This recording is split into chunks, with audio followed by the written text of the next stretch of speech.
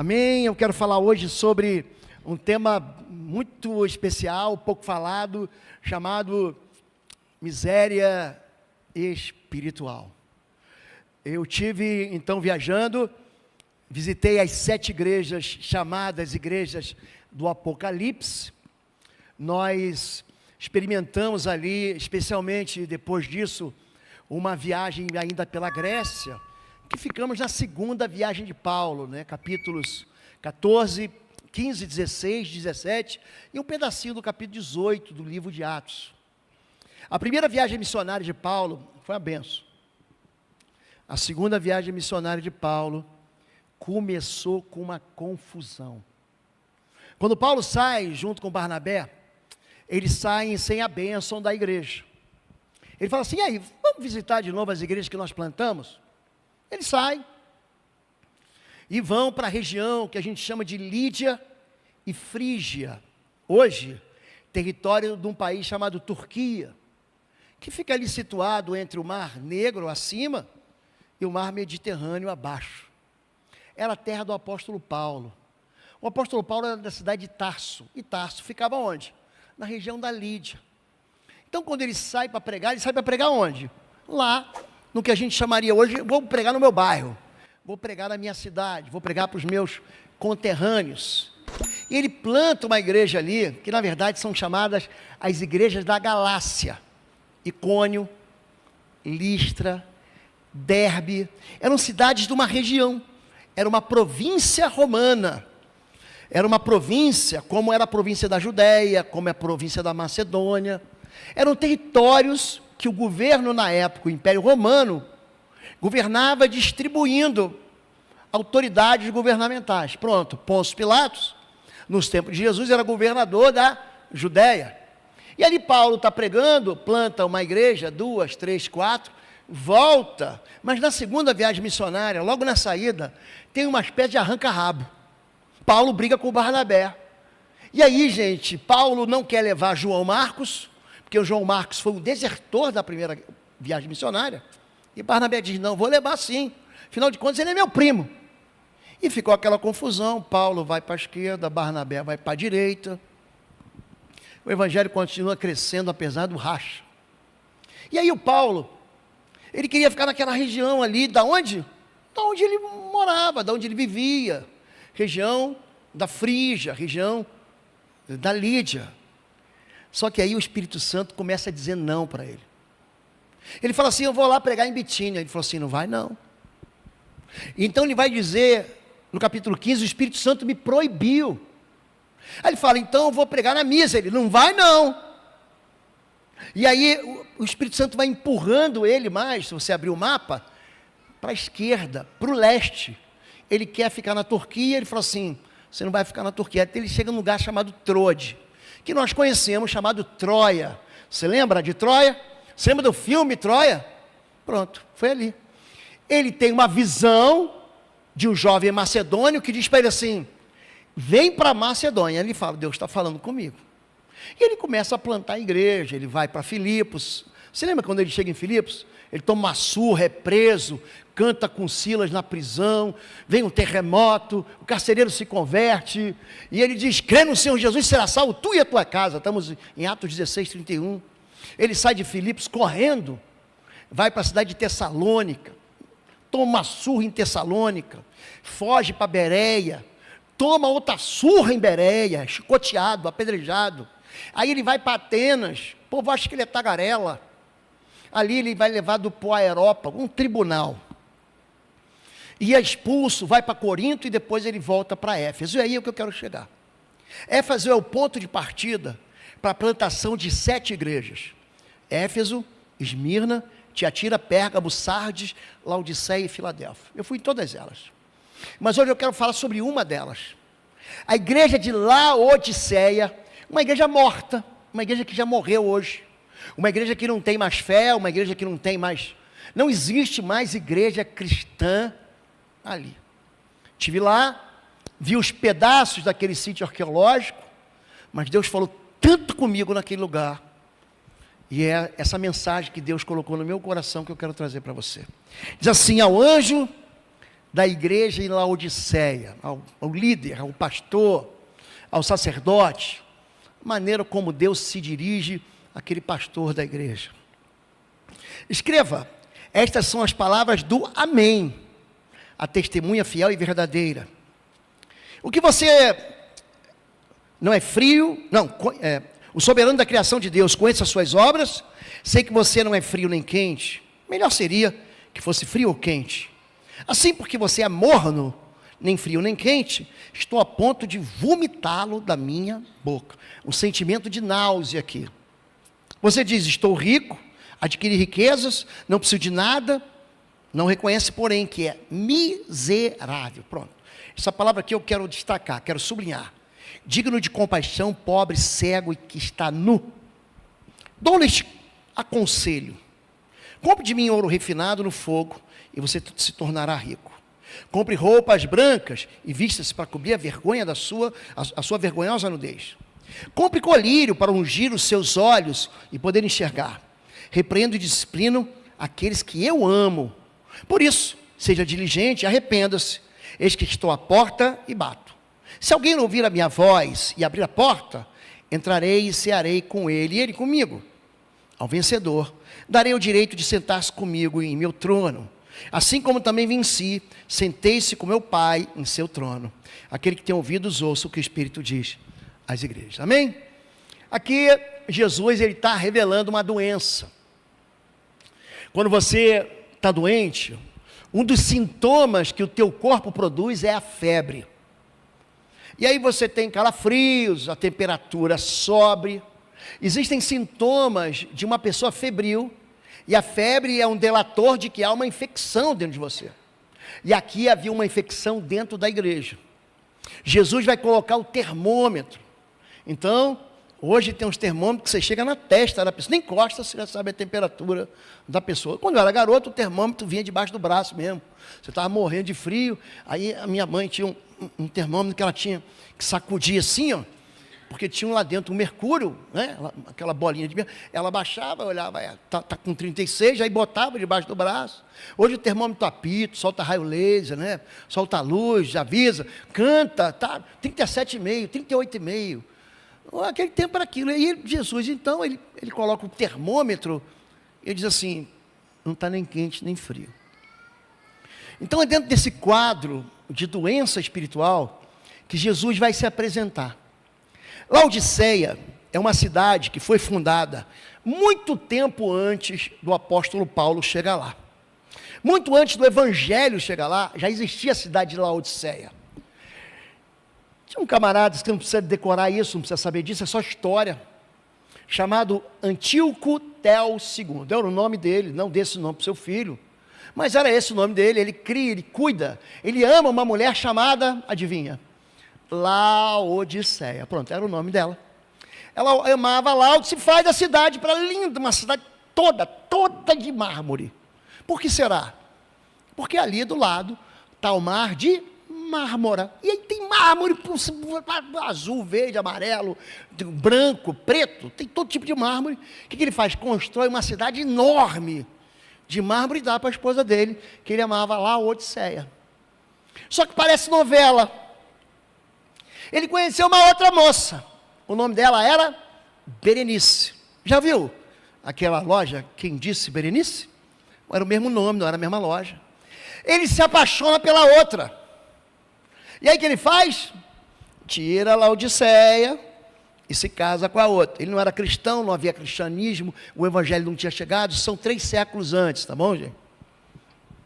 E aí um dia ele fica com aquela mulher há algum tempo, a Berenice, e descobre que não era nada daquilo, que ele tinha um antigo amor. Aí ele tira a Berenice, chama quem de novo? Laodiceia. E como é que a história termina? A história termina quando Laodiceia volta, mata o tal do Antíoco II, e ela toma conta da cidade para sempre. Agora chama Laodiceia. Então esse é o contexto histórico da cidade. A igreja é plantada ali naquele lugar, uma cidade riquíssima. Então, para você saber, ela fica entre 2 cidades, a cidade de Colossos. Eu estive lá, imagina assim, uma montanha com neve, na Turquia, e estava um frio de arrancar tua mão fora. Então tinha uma cidade com neve chamada Colossos, as águas são geladíssimas. E tem uma cidade no fundo do vale chamada Hierápolis. Pensa numa cidade que a água é quente, fervendo. Eu mergulhei, nós ficamos no hotel, eu mergulhei na água. Você fica 10 minutos no máximo, é proibido. Fica lá tipo um guarda-vida, já tem 10 minutos, sai. Fala em turco, você não entende nada, mas você entende tudo. Tipo, se manda que já deu teu tempo. Mas quente, pelando de quente, você tem que andar devagar. É tão quente que te deixa arrepiado de quente. Olha que coisa. Hierápolis, água fervendo. Colossos, água gelada. O que tem no meio do vale? Laodiceia, a água é morna. Morna mesmo, gente. Branquinha, clarinha. Uma cidade de águas mornas. Uma cidade rica. Qual o bairro mais rico aqui de Curitiba? Pensa nele. Pois era Laodiceia. O centro nervoso financeiro era Laodiceia. Os bancos ficavam lá, os milionários moravam lá. Não era uma cidade para os perrapatos que nem a gente. Era uma cidade para gente, os milionários daquela época moravam onde? Em Laodiceia. Era um entroncamento entre uma estrada que vem de Pérgamo e leva para o mar. Todo mundo passava por ali. Faziam negócios. Naquele tempo não tinha papel moeda, era tudo a peso de prata e de ouro. Então eles saíam andando aquelas milhas, andando aqueles quilômetros. O que eles faziam? Não, peraí, eu vou fazer um negócio.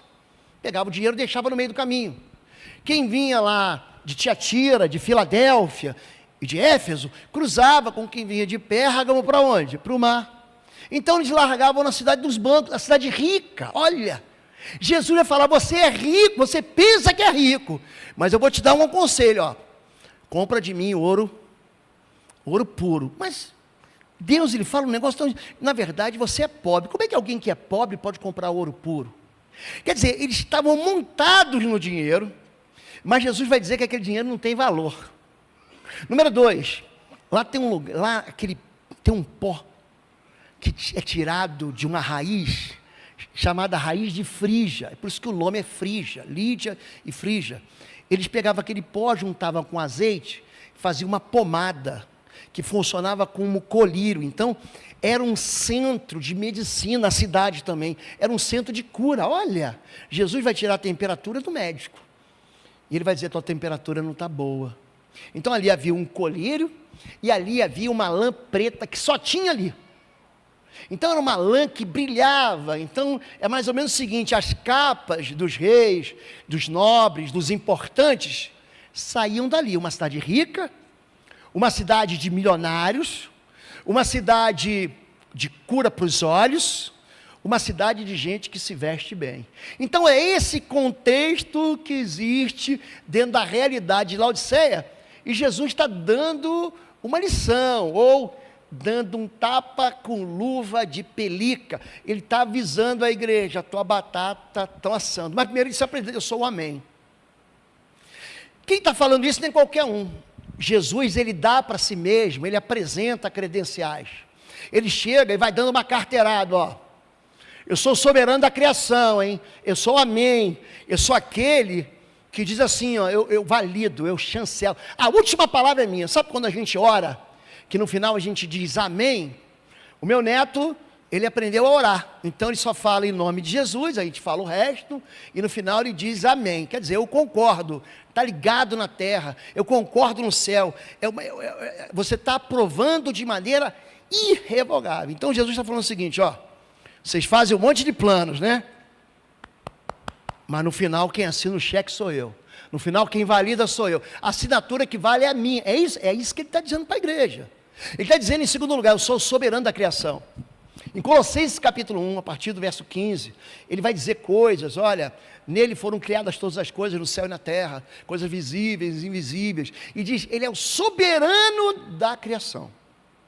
A gente que tem uma mente religiosa, o que você pensa? Que Jesus é aquele filho da Virgem de Nazaré, que nasceu, morreu, foi crucificado, subiu ao céu, mas ele está falando que ele já era antes. Jesus, ele não está preso no relógio cronológico.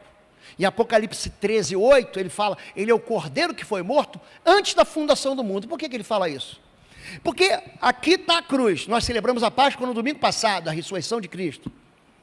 E quem creu antes de Jesus morrer, creu no Messias que viria, foi salvo. E nós que cremos depois de Cristo, no Cristo que veio e vai voltar, a gente é salvo. Então, Cristo não está preso dentro da nossa cronologia de tempo humano. Ele está falando, eu sou o soberano da criação. Aqui quem manda sou eu. Aqui, nesse mundo que tem tempo e espaço, vocês ficam velhos. Você vai envelhecendo, vai aparecendo ruga. Você vai envelhecendo, você vai ficando fraco. Mas está aqui um que não fica velho. Está aqui um que não enfraquece. É isso que ele está falando. O soberano de Deus, conheço as suas obras, sei que você não é frio nem quente. Escuta o que eu vou falar. Deus, ele conhece tudo que diz respeito a você. Até os fios da sua cabeça, porque o da minha cabeça já não tem muito o que contar. Mas até os fios que estão na sua cabeça, ele sabe quanto tem. Os centavos da sua conta bancária, se ela está azul, se ela está em vermelho, ele sabe a quantidade de dinheiro que você emprestou no banco, ele conhece a parcela do teu carro, do teu cartão de crédito, do colégio das crianças. Deus, ele conhece o teu CPF, Deus conhece o teu CEP, Deus, ele sabe tudo. Ele vai começar a denunciar o problema. Conheço você, medito a temperatura e eu sei que você não é uma coisa nem outra. Jesus, quando fala da volta dele para os discípulos, Mateus 24, antes das parábolas do fim, Mateus 25, ele fala assim, o amor de muitos esfriará. Ele está falando para a igreja que ela tem um problema, e o problema dela é o seguinte, você está misturando aquilo que é quente com aquilo que é gelado, e essa mistura não vai ficar boa. Romanos 12, 11, ele vai dizer, sejam fervorosos no Espírito. Quando você tem problemas, você se apresenta diante de Deus com fervor. A questão do esfriamento da igreja acontece quando você está muito satisfeito. Quando você tem uma resposta milagrosa, escuta o que eu estou falando. Quando você tem uma necessidade imediata que é suprida, seja emocional, afetiva, pessoal, pode ser uma saúde, um problema financeiro, você fala, ufa, o religioso diz, alcancei a graça, e some. Ele vem na igreja, pede uma oração forte, pastor, faz uma oração forte. Aí Deus responde a oração forte, e ele some e desaparece. É disso que ele está falando. De uma pessoa que fala assim, agora eu não preciso mais de Deus. É isso que está acontecendo com a igreja. Deus aqui, ele está buscando sintomas. Melhor seria que você fosse frio ou quente. Essa passagem de Zacarias capítulo 3, ela é significativa porque é a única pessoa no Antigo Testamento que vê o diabo. Única pessoa é esse sumo sacerdote, o nome dele é Josué. E aqui ele recebe uma notícia que não é boa não. Zacarias, ele vai falar da segunda vinda de Cristo. Zacarias, ele vai falar assim, esse mesmo Cristo aqui, vai colocar os pés no Monte das Oliveiras, Zacarias 14, eu já estive lá, no mesmo lugar onde Jesus vai voltar, eu já fui lá algumas vezes, só que ele está olhando para o sumo sacerdote Josué, ele fala assim, peraí, Satanás está resistindo a ele, as vestes dele estão sujas, ele está esfriando porque ele é um tição fora do braseiro, vamos ler o texto? Depois disso, Zacarias 3, 1, 4, mostrou o sumo sacerdote Josué diante do anjo do Senhor, e Satanás, estava lá o diabo, à sua direita para acusá-lo. O anjo do Senhor disse a Satanás, o Senhor o repreenda, Satanás, e apontou para o sumo sacerdote e falou assim, ó, este homem não parece um tição tirado do fogo? Quando você tira o carvão em brasa, do meio da fogueira, o carvão não começa a esfriar e vira cinza? Ele está dizendo que esse sacerdote aqui, esse cara estava com um problema, hein? Ele estava vivendo um isolamento, um esfriamento. Ele estava fora da igreja. Qualquer pessoa que tem qualquer problema em qualquer igreja, diz, eu não preciso mais de igreja, pode escrever aí. ou já caiu, ou vai cair. Ele pode justificar a saída da igreja dele dizendo, fui maltratado, fui frustrado, me beliscaram, pisaram no meu pé. No final, a história sempre é pecado. Pecado de orgulho, pecado de amargura, pecado de ódio. É isso que afasta a gente da igreja. Se eu pegar um membro do teu corpo, o seu dedinho, sabe aquele dedinho feio que o homem tem, que a gente chama de mindinho do pé? Gente, aquele dedinho, normalmente é um dedinho feinho. Se eu pegar esse dedinho, eu não. Se o médico pegar esse dedinho, dar uma anestesia, arrancar ele fora, esse dedinho apodrece rapidinho. Gente fora da igreja, é que nem brasa fora do braseiro. Esse pastor tinha um problema, e Jesus está identificando algo que ele vai morrer, ele vai dizer mais. Ora, Josué, vestido de vestes impuras, na Bíblia a palavra vestimenta é tratada como salvação. Isaías 61 diz, ele nos deu vestes de salvação. Quando Jesus, aí sim, Mateus 25, ele conta da parábola do casamento, das bodas do cordeiro, ele vê um cara e fala assim, por que ele não está vestido com vestes nupciais? Pega ele, amarra ele e joga para fora, lá haverá pranto e ranger de dentes. Porque vestimenta na Bíblia é metáfora de salvação. Quando Adão e Eva pecam, eles olham para si mesmos e falam assim, estou nu. Aí eles se vestem com o quê? Com religião, folha de figueira. Aí Deus perdoa eles e fala assim, eu vou dar uma veste decente. E coloca sobre ele peles de animais. Vestimento da vergonha. Aqui ele está envergonhado por causa do pecado. O pecado envergonha a gente. O pecado faz a gente se esconder. O pecado faz a gente não se aproximar de Deus. O pecado faz a gente ter medo de Deus. Adão peca, e ele ouve o som de passos no jardim. Ele se esconde, Deus pergunta, onde você está, Adão? Como se Deus tivesse perdido a gente. Como se Deus assim não soubesse onde Adão estivesse. Adão, está brincando de, vocês chamavam de pique-esconde, no Rio de Janeiro chamavam assim. Adão, onde você está? Ele sabe onde Adão está. Aí Adão, estou aqui atrás da árvore, eu vi o som dos teus passos, tive medo e me escondi porque eu estava nu. A nudez da gente é quando a gente olha para a gente sabe que Deus tem um padrão e a gente não consegue seguir o padrão, ninguém consegue. Não é que você não consegue, eu não consigo, ninguém consegue. A salvação, ela não depende de mim, ela depende de Cristo. É por isso que eu creio em Cristo. Eu não sou salvo porque eu tenho uma vida A, B, melhor ou pior. Eu sou salvo porque Jesus morreu minha morte. E ponto, isso tem que ser um ponto resolvido na vida da gente. A gente não vai para o céu para bater palma, para receber palma. Muito bem, você foi salvo. A gente vai para o céu para bater palma para Jesus. Ele é o Salvador. Ele é digno da honra, do louvor. Nem isso que Apocalipse 5, Apocalipse 8 fala. A gente não canta essa canção aqui com o nosso centurião Samuel.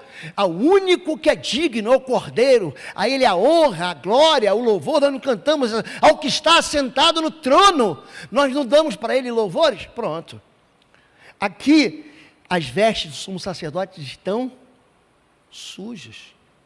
E mais uma coisa, ele estava em pé diante do anjo, tire diante dele as suas roupas impuras. Então, ele estava isolado, ele estava em pecado, ele não conseguia vencer as trevas. A ausência da autoridade espiritual. É isso que está acontecendo na mesma igreja. Ele pega isso para dizer assim, tem algum problema na igreja. E igreja, gente, vou contar um negócio para você aqui, ó. Igreja não é templo. Igreja não é CNPJ. Igreja são pessoas. Quando a palavra igreja, ela é traduzida para o português, ela perde o sentido. Mas no grego, ela tem todo sentido. Eclésia significa reunião. Significa, vamos fazer uma assembleia.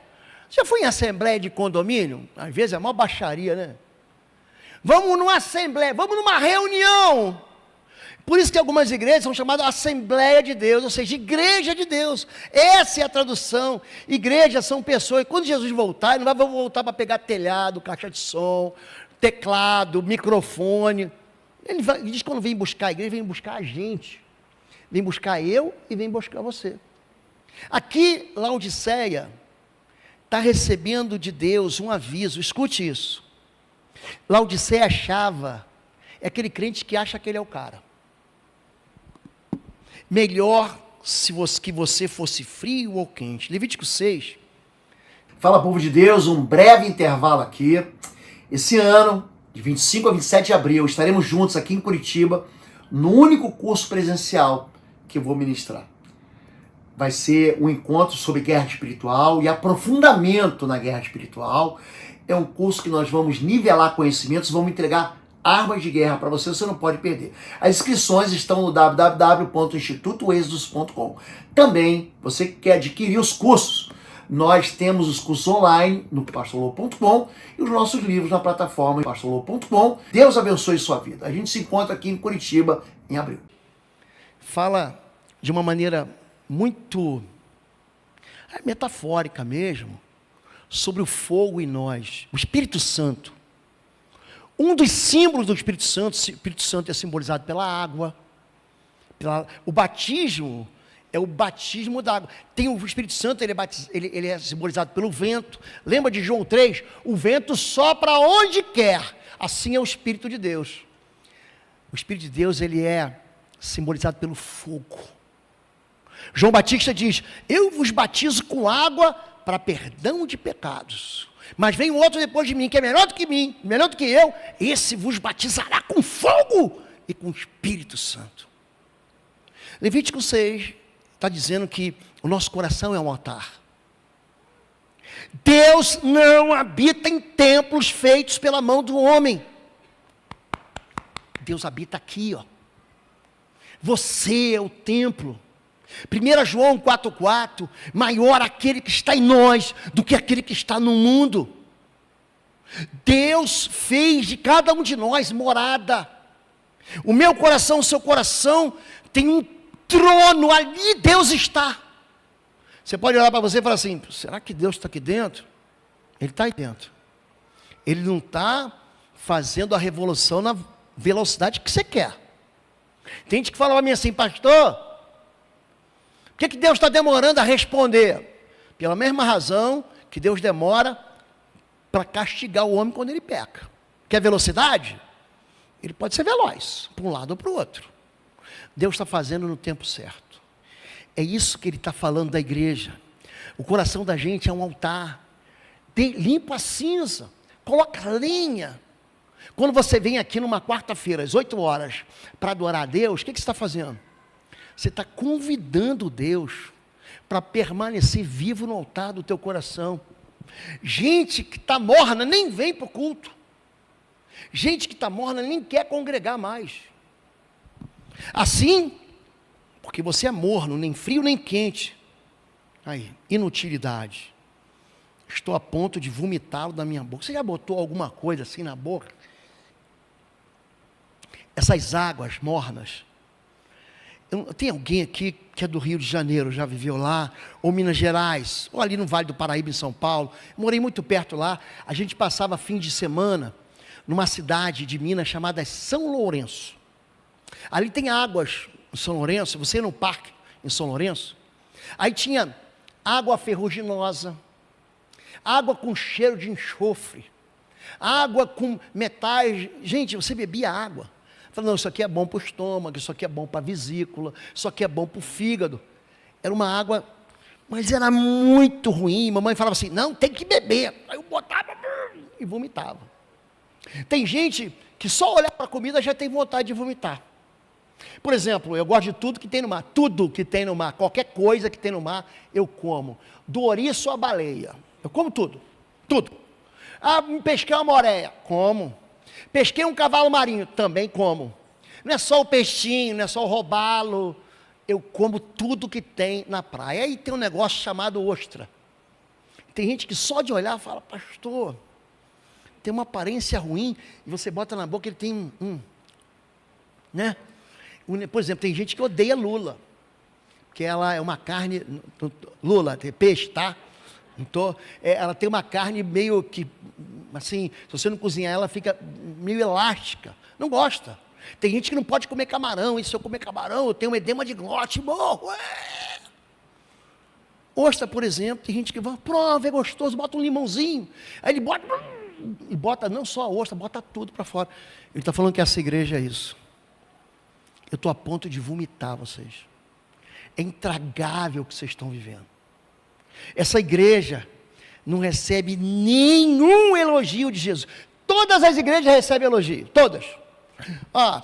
Eu tenho a teu favor que você é trabalhador, que você é perseverante, com as tuas obras, você faz mais do que antes. Você odeia as obras dos nicolaítas, eu também odeio.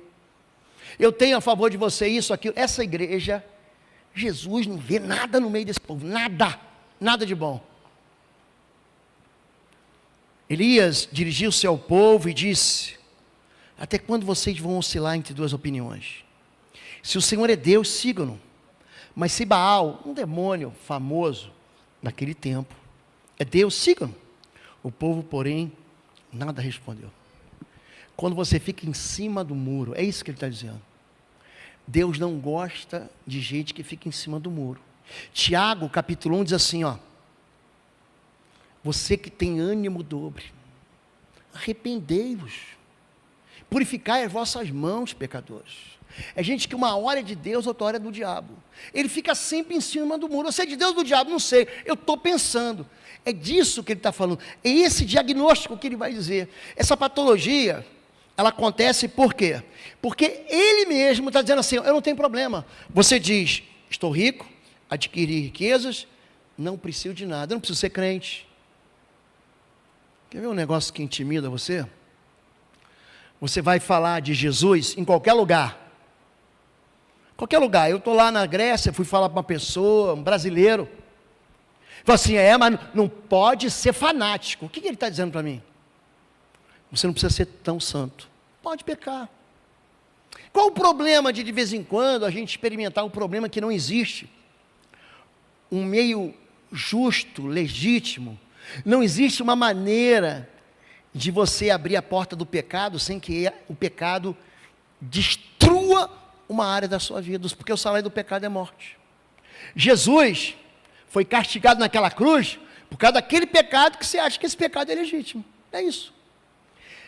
E quando a gente vai ficando mais maduro, mais velho, a gente começa a lidar com problemas que a gente mesmo criou quando a gente era mais jovem. Eu acho que isso aqui não tem problema não, podemos viver assim, podemos esfriar espiritualmente, é isso que ele está falando. Então esse centro financeiro, essa indústria de tecidos, esse centro de cura para os olhos, esse lugar de águas térmicas, ele olha para ele e fala assim, eu sou rico, sou saudável, olha como é que eu me visto, sabe do que eu ando? Eu ando de BMW, eu ando de Mercedes, eu ando de Ferrari, diz o nome do Lamborghini, diz esses carros que a gente nunca vai ter, pronto, é isso, é uma pessoa rica, sabe onde é que ele mora? Ele não mora aqui, ele mora lá no Batel, na cobertura do Ecoville, ele mora num lugar assim que você fala, ele mora nessa casa que tem 35 quartos, ele tem 20 carros na garagem, ele pega o dinheiro e faz assim, é isso que ele está dizendo, eu não preciso de nada, eu não preciso nem de Deus, está entendendo o que aconteceu com ele aqui? Ele vai quebrar a cara, porque ele está indo no médico, o médico vai dar um raio-x nele, vai fazer uma tomografia, vai fazer uma mamografia, vai fazer uma endoscopia, ele vai ver alguma coisa que ele não está vendo, ele vai tirar um raio-x, o médico pergunta, o que você está sentindo? Nada, estou bem, inclusive sou rico, inclusive sou bilionário, inclusive, está vendo a minha roupa aqui, é de marca, está vendo essa marca aqui?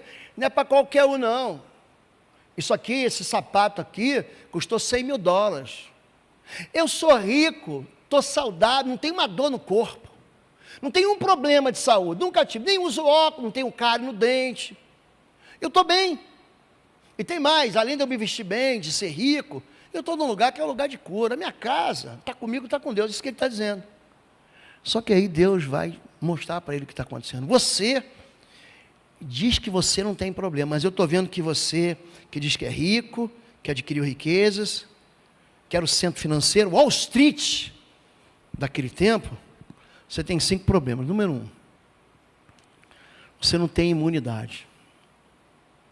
Você diz mas você é arrogante. A arrogância do seu coração o tem enganado. Você que vive nas cavidades das rochas e constrói sua morada no alto dos montes. Você diz a você mesmo: quem pode me derrubar? Sabe o que ele está dizendo? Aqui em Obadias ele está falando assim: eu botei minha casa num lugar que o terremoto não vai levar, que a tempestade não vai levar. Já paguei a última parcela, o banco não toma mais de mim. É uma propriedade que o bandido não vai invadir. Eu levantei uma muralha aqui, está vendo?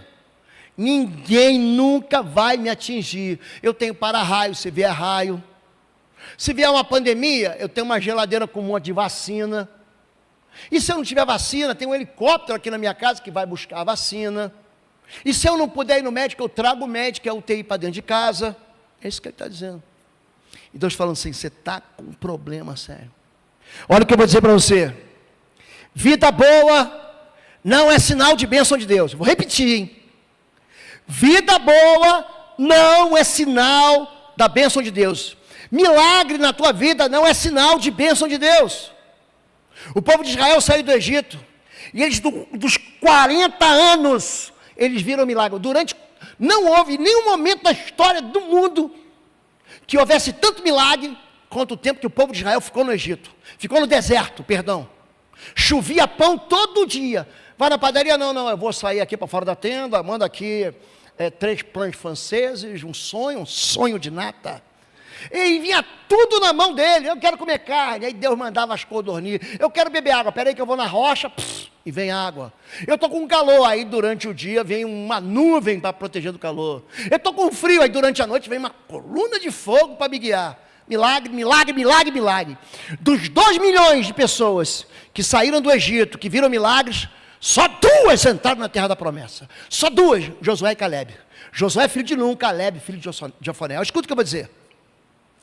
Vida boa não é sinônimo de bênção.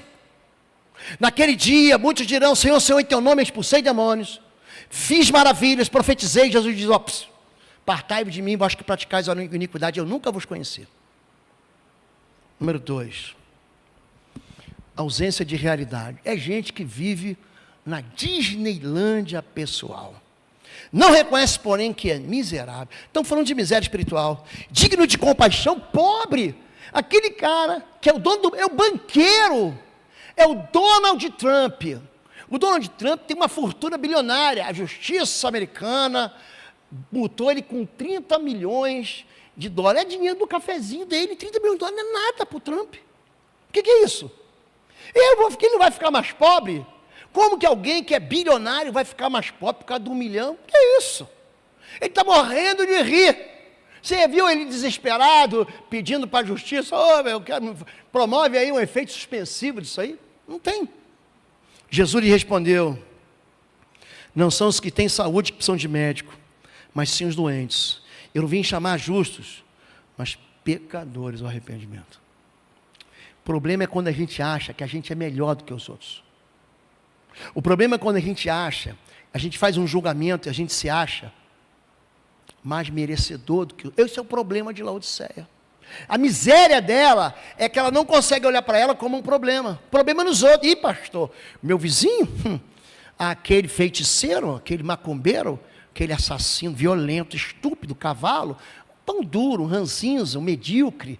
Você olha para os outros, você olha para o teu cunhado, para a tua irmã, para o teu irmão, coitado do meu pai, coitado do... E você acha que você é o cara. Esse é o problema, é o diagnóstico, a doença de um miserável espiritual. Ele vê problema em todo mundo e ele não tem problema. É aquele sujeito que confessa o pecado dos outros. Você lembra? Jesus, ele no Sermão do Monte, ele vai dizer: 2 homens subiram ao templo para orar. Um dizia: Senhor, obrigado porque eu sou fariseu, eu jejuo 2 vezes por semana, dou o dízimo de tudo que tem. Eu não sou que nem esse miserável aqui. Esse cobrador de impostos, ladrão, ele é um fraudador, ele é um corrupto. Obrigado, Senhor. E aquele corrupto, aquele fraudador, aquele cobrador de impostos, ele não consegue nem olhar para cima. Ele bate no peito: Senhor, tem misericórdia de mim porque eu sou pecador. Aquele pecador, ele sai perdoado. Aquele orgulhoso, arrogante, não sai perdoado. Gente, escuta isso. Os humilhados é que são exaltados. Você precisa entender isso. O problema aqui é que ele não conseguia enxergar. Esse é o problema. É a insensibilidade espiritual. Você não reconhece nem que você é cego. É isso que Jesus fala em Juízes 16. Juízes 16, gente. Sansão, ele era um homem cheio do Espírito Santo. Em Juízes 13, em Juízes 14, em Juízes 15, aparece 4 vezes a expressão: então o Espírito do Senhor veio sobre ele e o possuiu. Pensa num homem cheio do poder do Espírito. Ele pegou um leão novo e rasgou ele ao meio, como eu vou rasgar essa folha de papel aqui, ó. Rasgou ao meio. Com a mesma facilidade que você tem de rasgar um papel, ele rasgou um leão ao meio. Mas não era ele. A unção do Espírito é uma capacitação sobrenatural. Não tem a ver, já viu gente que não sabe fazer nada e de repente ela prega e todo mundo se converte, como Jonas. Que mensagem mais sem amor a de Jonas, todo mundo se converteu. Se você prega hoje a mensagem de Pedro em Pentecostes, eu duvido que alguém aceite Jesus. Eu falo, mas que bobagem. 3.000 se converteram, por quê? Porque não é aquilo que o homem faz, é o poder do Espírito na vida do homem. Entenderam isso, gente? Insensibilidade espiritual. Eu estou me guiando pelo relógio, não sei se o relógio está certo. Eu vou terminar. Número 4, ausência de salvação. Vestimenta. Eles tinham aquelas lãs negras que faziam capas dos reis, dos nobres. Jesus vai dizer: você não reconhece que você está nu. Você não reconhece que você não está salvo. Você é tão bonzinho, você é tão perfeitinho, você é tão justinho, que você só confessa o pecado do outro, não confessa o teu. Você está com um problema. E por último ele vai dizer: você não presta para nada, eu vou te vomitar. Inútil. Vocês são sal da terra, mas se o sal perder o sabor, para que o servirá? É possível torná-lo salgado outra vez? Não será jogado fora e pisado pelos que passam, pois já não serve para nada? Vou encerrar aqui. O sal, ele tem uma função, uma utilidade. É dar sabor. Está sem sal, aquele sujeito é muito sem sal. Ele não tem sabor. Essa comida é muito sem sal, não tem tempero. Pastor, eu estou comendo aqui, estragou a comida. Quando o sal perdia o sabor, eles ajuntavam o sal dentro de depósitos em Jerusalém. Escute, tem isso até hoje. Eles pegam o sal, colocam dentro de depósitos. Quando vem o inverno em Jerusalém, gente, pensa um lugar que fica frio. Você lembra que um valente de Davi luta com um leão dentro de uma cova no dia de neve? Foi ali. Fica, mas neva, e aí quem anda em neve tem que ter um sapato especial para não escorregar. Na neve fica aquele gelo, não fica pensando que é o lugar como é que é o nome da moça da neve mesmo? Frozen, não. Não é neve fofinha não, chove depois, que não fica um gelo, todo mundo escorrega. Aí o que eles fazem? Ele pega o sal, joga em cima daquele pátio congelado, para ser pisado pelos homens. Você não serve mais para nada. É isso que ele está falando. Vamos ficar em pé em nome de Jesus. Laodiceia, gente, é um retrato de nós mesmos. É um retrato da miséria espiritual. Laodiceia é um retrato da falência espiritual. Laodiceia é um retrato de uma interpretação errada que nós temos de nós mesmos. Laodiceia é você achar que a tua vida está bem, e ela não está bem. Laodiceia é quando você se compara e você começa a se achar melhor. Pastor, eu sou crente, sou melhor que a minha esposa. Pastor, eu sou crente, eu sou melhor do que o outro irmão. Eu sei até orar. Olha como é que eu sou bom. Sei pregar, sei tocar, sei cantar vestido de centurião. Pronto. Escute aqui. Somos todos iguais. Amém? A única coisa que faz de nós especiais não é a gente. É o sangue de Jesus na vida da gente. Talvez você tenha sido um bom filho e seja um bom marido, uma boa esposa. Talvez você seja um bom avô. Não é isso que vai levar você para o céu. Talvez você tenha conquistado aí muito com o seu trabalho e ficado rico. Talvez você tenha uma vida e fale assim: pastor, graças a Deus eu nunca tive doença. Talvez você olhe assim, passe pela rua, agora a gente vai para casa. A cidade ainda tem gente pedindo dinheiro na rua para usar droga. Talvez você diga assim: poxa vida, eu sou melhor do que ele. Não é. Jesus vai dizer para esse povo de Laodiceia, para os fariseus, ele fala o seguinte: em verdade vos digo, que prostitutas e publicanos entram adiante de vós no reino de Deus. Por quê?